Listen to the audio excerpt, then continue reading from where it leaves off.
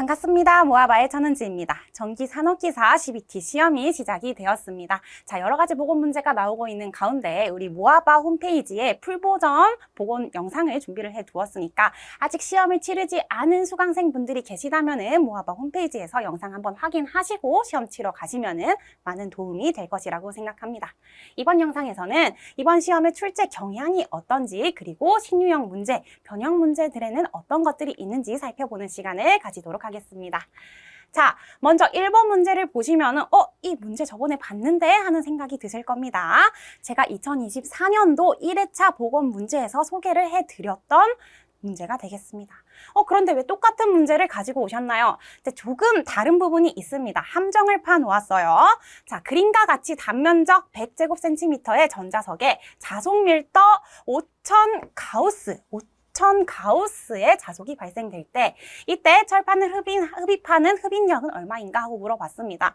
자, 철판을 흡입하는 흡입력은 F는 2분의 1 뮤 H 제곱 이 식으로 계산을 해주면 되는데, 그런데 지금 문제가 하나 있습니다. 가우스라는 단위가 나왔어요. 우리 일반적으로 자속 밀도를 나타낼 때는 웨버 퍼 미터 제곱이라는 단위로 나타내고 지난 시험에도 그렇게 출제가 되었습니다.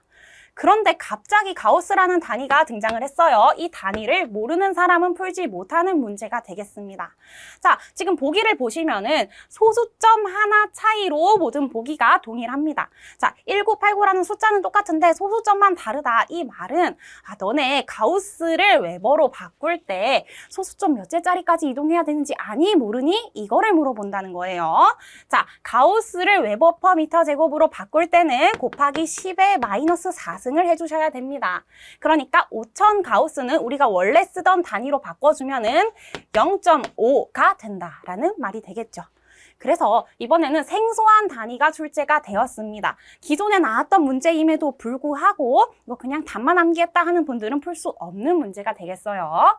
자, 그래서 이 식 그대로 대입만 해주시면 됩니다. 자, 철판을 흡입하는 흡입력은 이 식으로 계산을 하는데 이거는 단위 면적 당이죠. 단위 면적 당이기 때문에 이 전체 식에다가 면적을 곱해 주셔야 됩니다. 지금 그림에서는 면적이 두 개가 존재합니다. 왼쪽에 하나, 오른쪽에 하나 존재하니까 2S를 곱해 주셔야 전체 면적이 되겠습니다. 자, 그럼 대입해 주도록 할게요. 2분의 1 뮤를 대입하려고 하는데 자속 밀도로 주어졌기 때문에 여기에 자속 밀도식으로 바꿔주도록 하겠습니다. 그럼 뮤분의 B 제곱이 되겠습니다.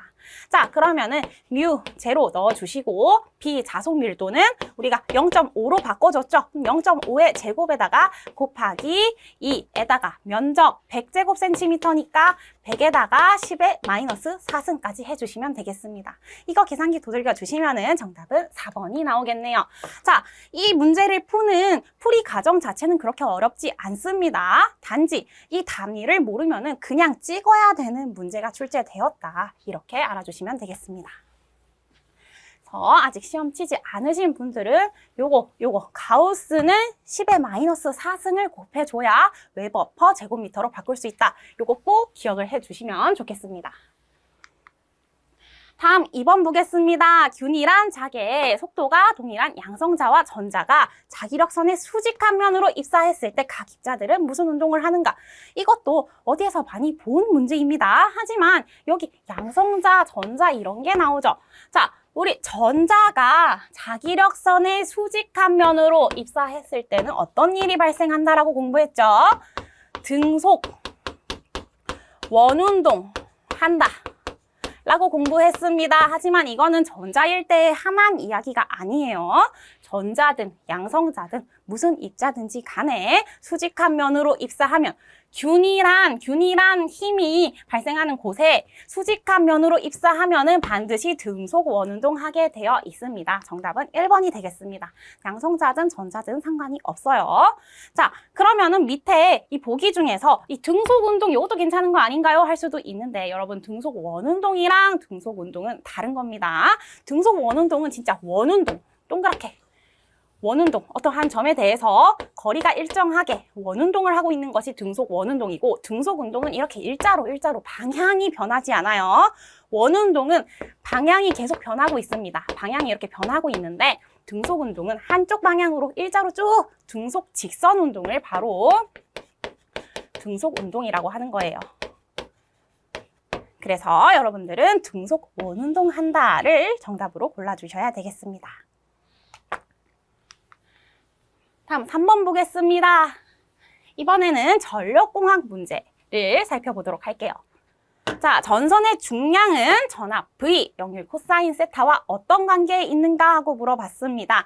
자, 전선의 중량에 대해서 물어봤어요. 우리 일반적으로 많이 물어보는 거는 A, 단면적에 대해서 물어봤습니다. 하지만 이번 문제에서는 중량에 대해서 어떠한 관계에 있냐라는 질문을 했어요. 자, 전선의 단면적은 전압 그리고 역률과 어떤 관계에 있는지 반드시 알고 계셔야 됩니다.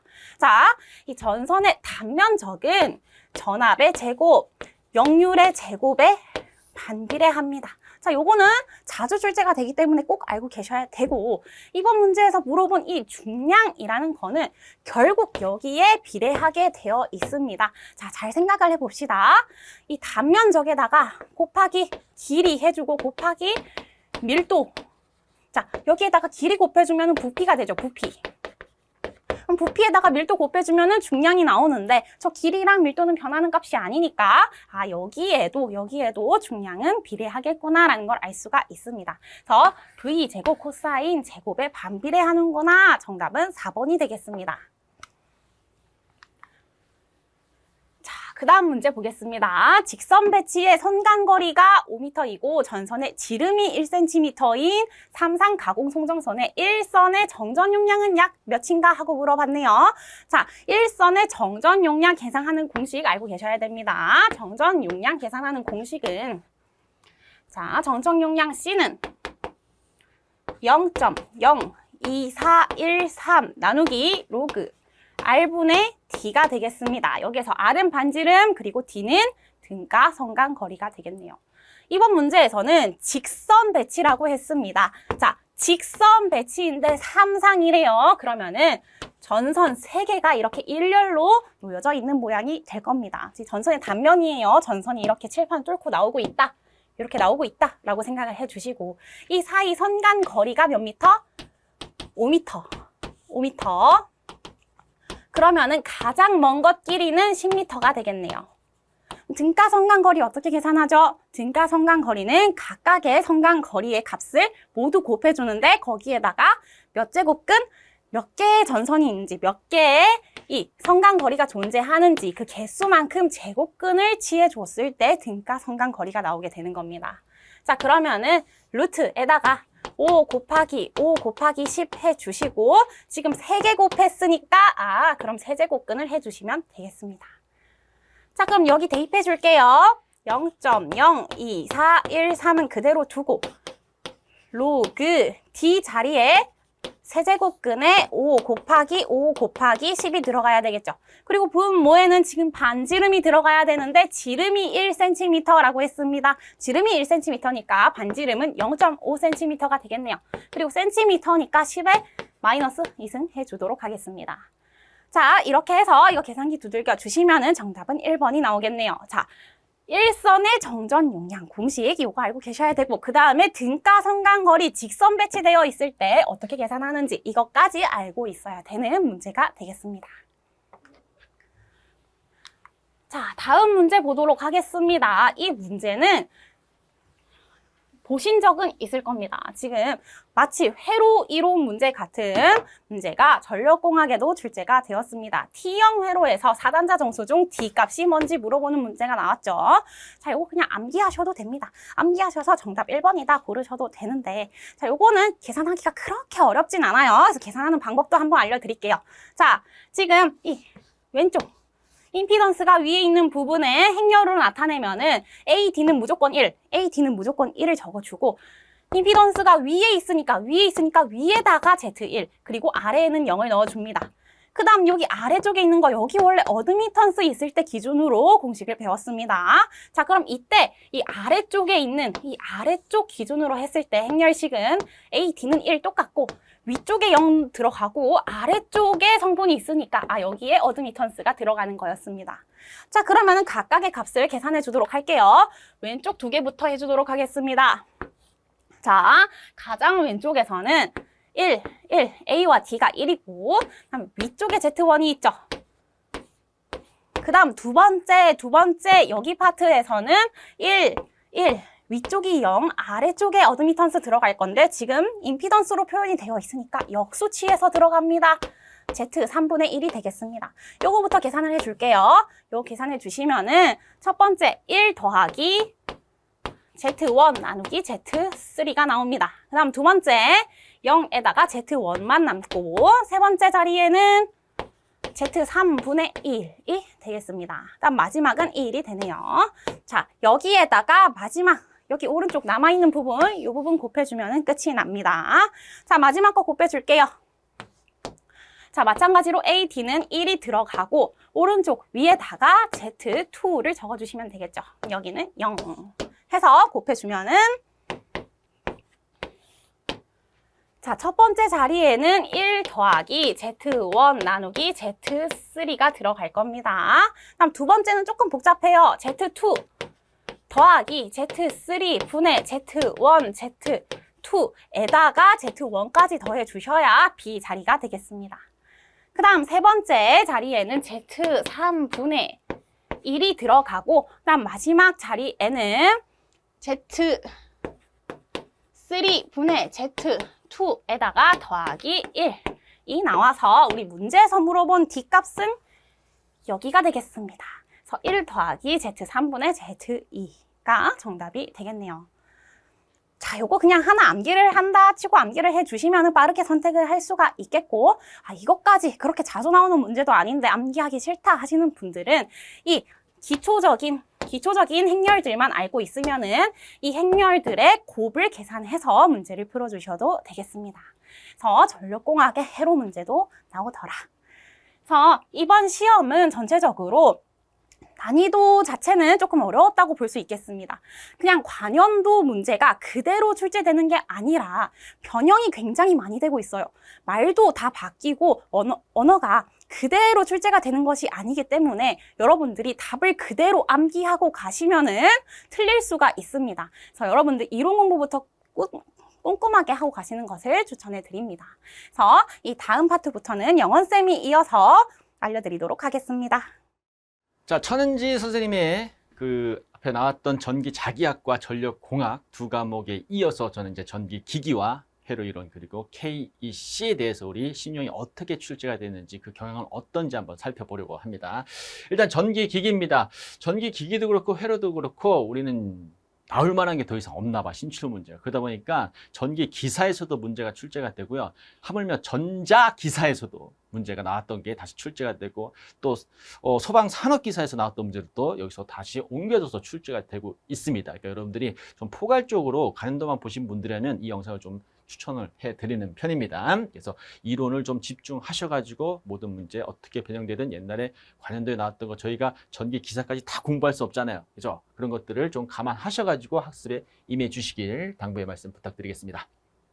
자, 저번에 전기기자 세 문제씩 한번 담아봤는데요. 첫 번째 문제입니다. 자, 용량 1kVA고 3200V인 단상 변압기를 단권 변압기로 결선해서 3000에 3200의 승합기로 옮긴다고 합니다. 그때 부하 용량을 구하라는데 이 공식들은 여러분 다 알고 계시죠? 용량비 하는데 우리 부하 용량 분의 뭡니까? 우리 자기 용량이죠. 그죠? 자기 용량. 이게 용량비인데 보통 이 승합기라 그랬어요. 저번에 차에서 우리 뭐 강압기가 나왔단 말이에요. 근데 얘는 승합기입니다. 승합기니까 뭘로 갈 거예요? 이런 거 했더니 V 하이 분의 V 하이 빼기 V 로였어요. 이게 어떻게 된 거냐면 결선이 이렇게 된 거죠. 그래서 이렇게 하나의 권선을 공통으로 갖고 있다라고 해서 여기에 이제 볼 건데 여기가 V2고요. 그죠? 여기가 V1이란 말이에요. 근데 여기가 좀 작기 때문에 이놈을 우리 V로우라고 낮은 놈 얘를 V하이라고 보게 됩니다. 그쵸? 여기가 이제 블록 원선이 되고요. 그죠? 여기가 이제 직렬권선이 되겠죠. 그럼 여기서 부하용량과 자기용량 뭘 얘기한 거냐면 여기가 이제 부하용량이죠. 이 부분에 해당되는 게 우리 부하용량이 됩니다. 그러면 이제 이쪽 부분이 이제 해당되는 게 우리 자기용량이라고 보시면 돼요. 자, 자기용량 얼마 나왔습니다? 1kVA 나왔네요. 1kV. 그렇죠? 자, 부하용량 요놈을 구하랬으니까 부하용량을 구할 때 일단 하이는 뭐냐면 3200으로 가겠대요. 그래서 여기가 3200V가 되고요. 여기가 3000V가 되네요. 그러면 하이가 얼마? 3200이니까 우리 3200분의 그죠? 뭐 할까요? V 보면 이렇게 가시는 것보다는 이게 낫겠네요. 일단 부하용량 구해야 되잖아 우리는. 그쵸? 부하용량 뒤집어도 돼요. 그럼 자기용량에다가 분의 부하용량은 이런 꼴이 되겠죠? V 하이 V로 분의 V 하이라고 볼 수 있죠. 그럼 요 놈을 곱해서 자기용량으로 가시게 됩니다. 그래서 부하용량을 구하랬으니까 우리 뭘로 구할 거예요? 하이가 3200이에요. 3000이 됩니다. 그리고 여기가 얼마? 3200이 되겠죠. 곱하기 자기용량 얼마 나왔을까? 1kVA 나왔으니까 1을 곱해 주시면 얘가 얼마요?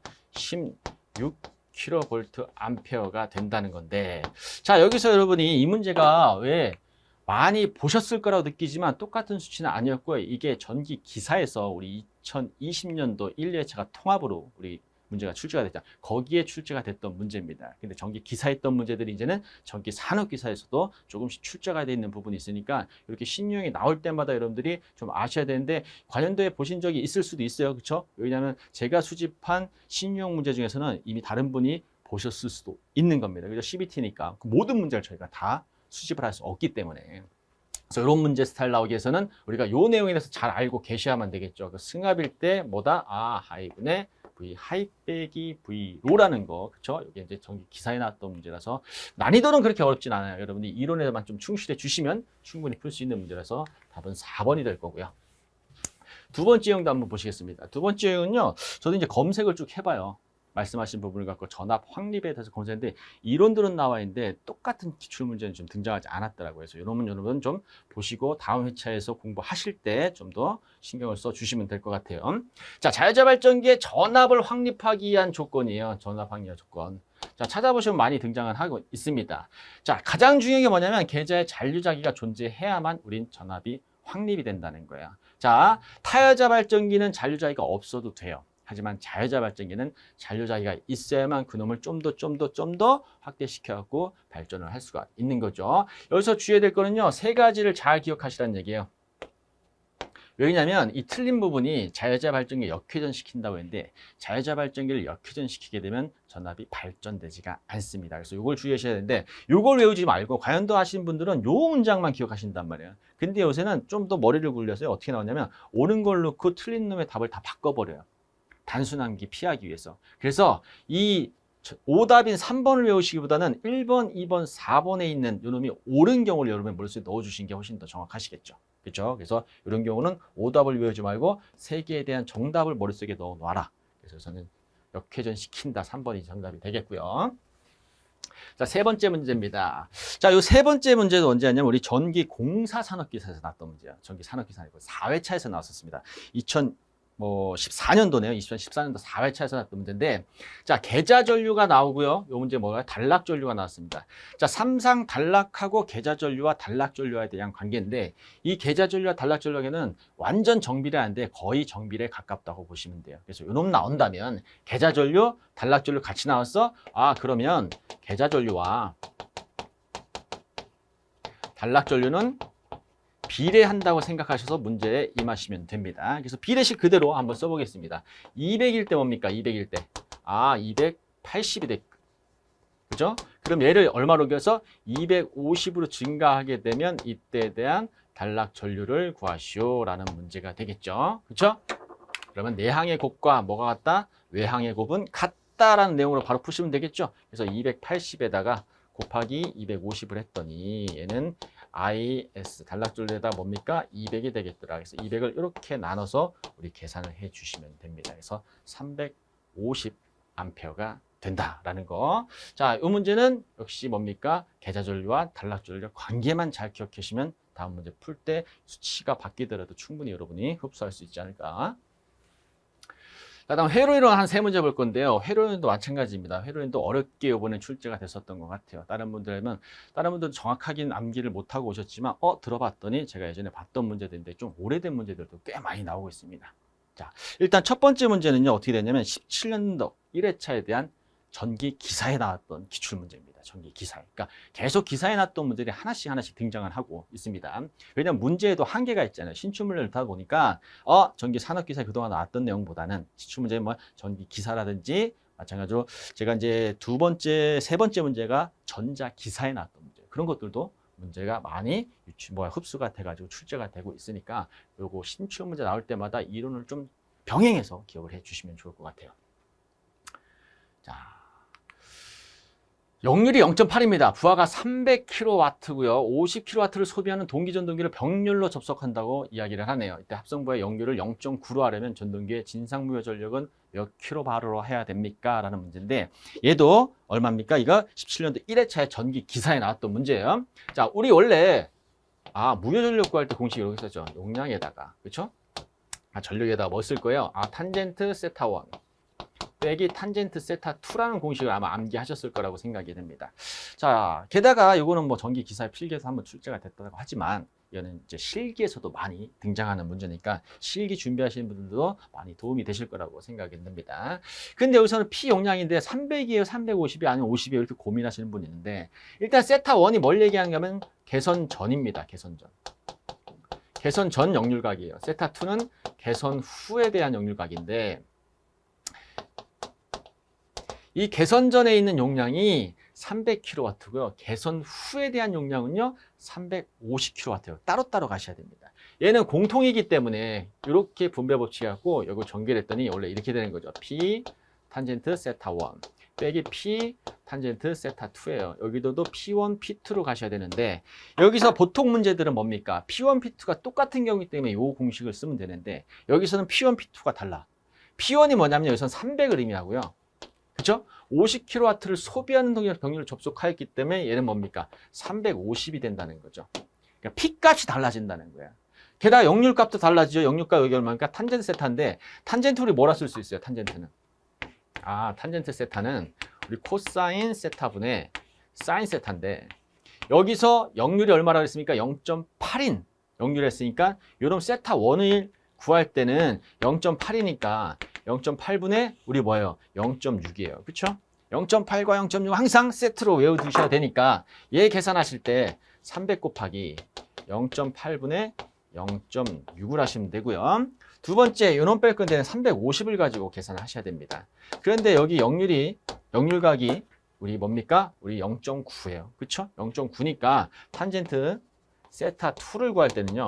우리 뭐 할까요? 0.9분의 뭘로 갑니까? 여기는 외우시는 거 아니죠? 뭘 풀 거예요? 1 빼기 0.9의 제곱으로 풀게 되겠죠. 왜? 사인 제곱과 코사인 제곱이 합이 1이기 때문에 1제곱 빼기 0.9에 대한 제곱을 계산하시면 됩니다. 그래서 0.9에다가 우리 계산기 이용해서 1 빼기 0.9의 제곱으로 계산하시면 됩니다. 그래서 이런 계산하셔가지고 225 나오나요? 225에다가 빼기 180인가요? 170, 165.5? 4.5 이렇게 나오나요? 160.5인가요? 요거 계산하면 힘드네. 그래서 하여튼 55.5가 나온다고 합니다. 55.5. 여기다 이거 빼면 얼마죠? 계산해 볼까요? 55.5를 빼면 여기가 5고요. 169.5 나오나요? 169.5 이렇게 나오겠네요. 그래서 요걸 뺐더니 우리 55조가 나오더라. 계산해 보면 뭐 계산기를 이용해서 충분히 여러분들이 계산하실 수 있는 부분이지 않을까. 그래서 답은 2번이 될 거고요. 자, 두 번째 문제로 한번 넘어가게 되면요. 이 문제도 많이 본 문제긴 하지만 흔하지 않았던 문제입니다. 그래서 이론을 알아야만 푸실 수 있는 문제고요. 그냥 단순히 암기해서는 절대 푸실 수 없었던 문제가 아닌가 생각을 해봅니다.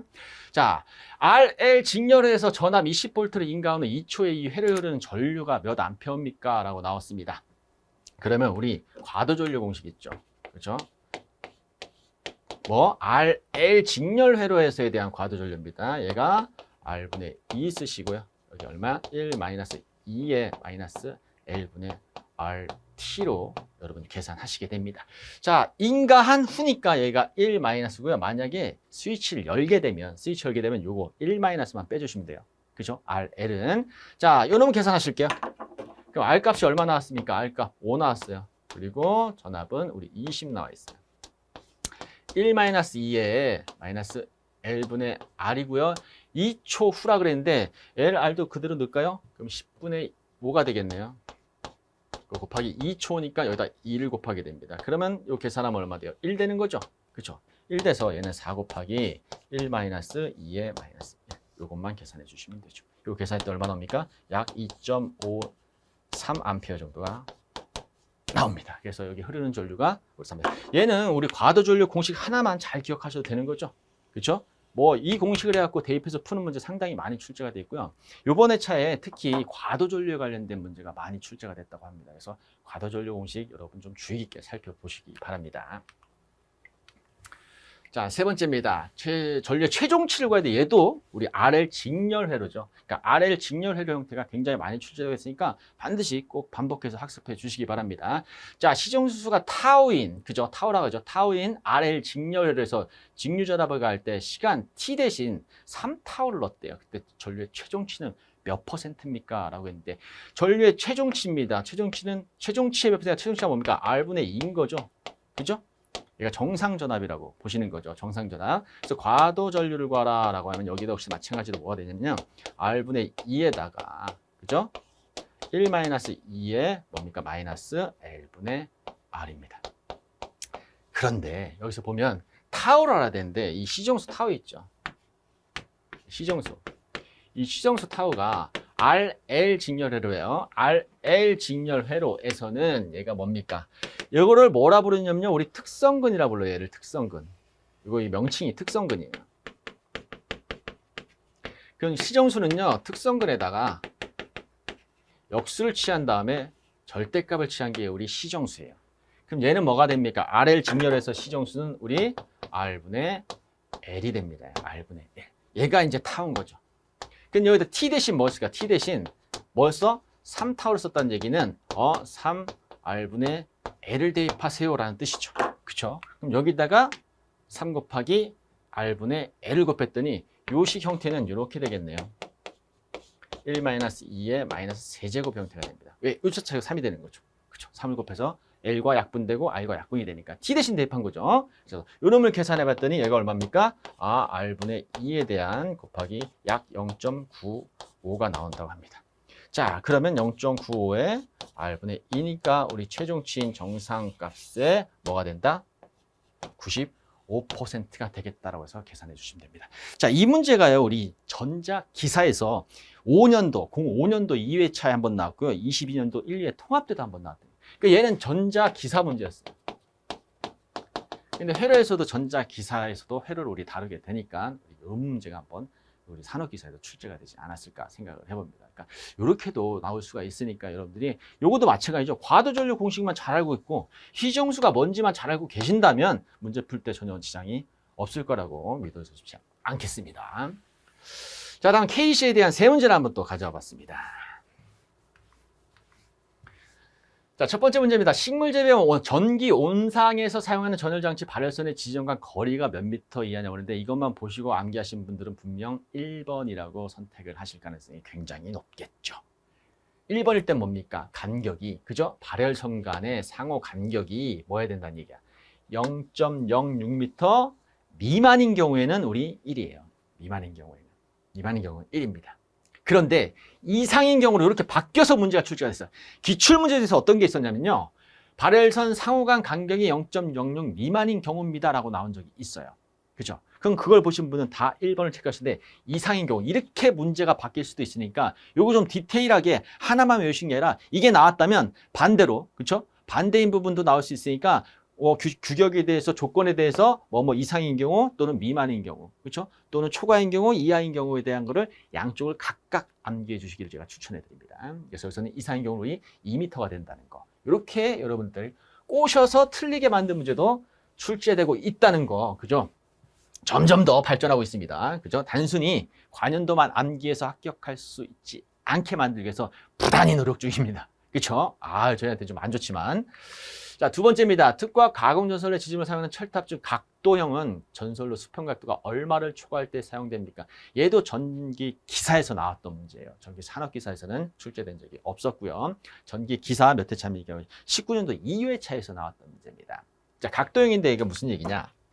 이렇게 지지물이 있어요. 위에서 바라봤을 때 이렇게 지지를 할 거예요. 이렇게 직선형으로 가다가 분명 곡선 형태에서 우리 지지물을 꺾어서, 그죠? 철탑이 이렇게 있다 볼게요. 꺾어서 이렇게 설치를 해야 되는 경우가 생겨요. 여기다가 이렇게. 그럼 꺾어서 설치해야 되는 경우가 생기면 이 수평각도라는 얘기 뭐냐면 이렇게 연장선을 그었을 때 요 각도를 요거를 우리 수평각도라 그래요. 이게 3도가 넘어가잖아요. 그럼 우리 뭘 쓴다? 각도형 지지물을 사용해야 됩니다. 물론 철탑도 그렇고요. 우리 B형 철주도 동일하게 여러분이 생각하셔야 됩니다. 우리 내장형이 항상 많이 나왔죠. 내장이 많이 나왔었는데 이 문제 중에서 또 이런 게 있었어요. 3도짜리 뭐 하면서 할 때 정답을 각도형을 찾는 것도 있었어요. 수평각도가 3도 초과일 때 우리는 어떤 형태에 대한 지지물을 설치를 해야 됩니까? 라고 했을 때 각도형입니다. 이렇게 나온 문제도 있었으니까 역으로도 한번 좀 생각을 해 보셔야 됩니다.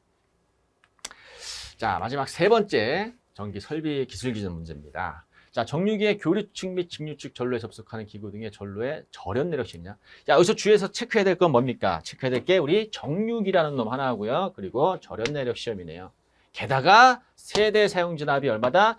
60kV를 초과하는 경우 우리 그쵸? 이거 얼마입니까? 우리 몇 배로 해야 됩니까? 그죠? 최대 사용 진압의 몇 배로 해야 됩니까? 근데 요거 기준이 정류기는 나온 적이 많이 없습니다. 거의 그쵸? 정류기는 출제가 거의 안 됐고 대부분 가공전선로에 그죠? 가공전선로의 전로에 절연내력 시험이 형태가 많이 나와서 많이 나온 게 뭐예요? 0.92였고 다중접속 그죠? 이 다중일 때 뭐 했습니까? 다구리 해갖고 우리 구입이라 했지. 그러니까 전선 가공전선에 요거에 대한 절연내력 시험은 많이 나왔는데 그죠?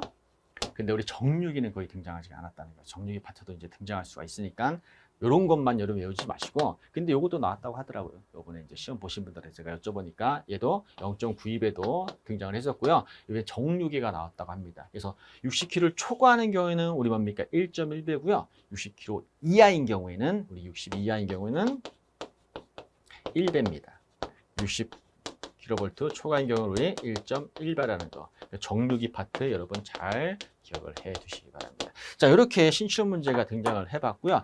뭐 온전한 신출이라 볼 수 있는 건 몇 개 없겠지만 전기 산업기사에서만 본다면 당연히 여기 있는 모든 문제들은 신출이라고 여겨도 상관없을 겁니다. 만약에 관련도만 공부하신 분들이라면. 하지만 여러분들이 이론을 좀 더 완벽하게 공부하셨다면 이런 정도에 대한 시험 문제는 여러분이 충분히 커버할 수 있지 않을까 생각을 해봅니다. 자, 여기까지 저희가 마련하고 준비한 2024년도 3회차 전기 산업기사에 대한 출제 경향 및 신유형 문제를 한번 풀어봤습니다. 저는 또 25년도가 되겠네요. 그때 한번 신유형을 들고 찾아뵙도록 하겠습니다. 이상 모아봤고요. 항상 합격을 응원하고 있습니다. 수고 많으셨습니다.